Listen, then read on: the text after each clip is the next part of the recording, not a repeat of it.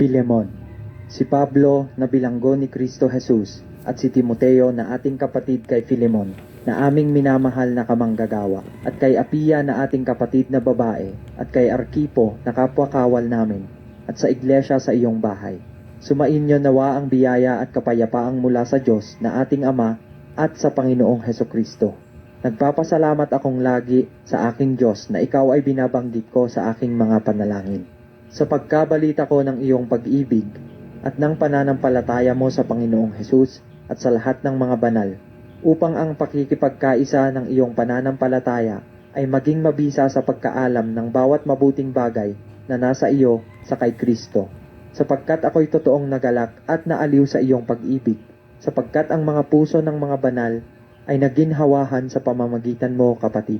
Kaya, bagamat kay Kristo ay mayroon akong buong pagkakatiwala upang ipagtagubilin ko sa iyo ang nauukol, gayon may alang-alang sa pag-ibig ay bagkus akong namamanhik, kung sa bagay akong si Pablo ay matanda na, at ngayon na may bilanggo ni Kristo Jesus. Ipinamamanhik ko sa iyo ang aking anak, na aking ipinanganak sa aking mga tanikala, si Onesimo, na nang unang panahon ay hindi mo pinakinabangan, datapwat ngayon ay may pakikinabangin ka at ako man, na siya'y aking pinabalik sa iyo sa kanyang sariling katawan, sa makatuwid bagay ang aking sariling puso. Naibig ko sanang pigilin siya sa aking piling, upang sa iyong pangalan ay paglingkuran ako sa mga tanikala ng Ebanghelyo. Datapwat kung wala kang pasya ay wala akong magagawang anuman. Upang ang iyong kabutihang loob ay huwag maging tila sa pagkakailangan kundi sa sariling kalooban.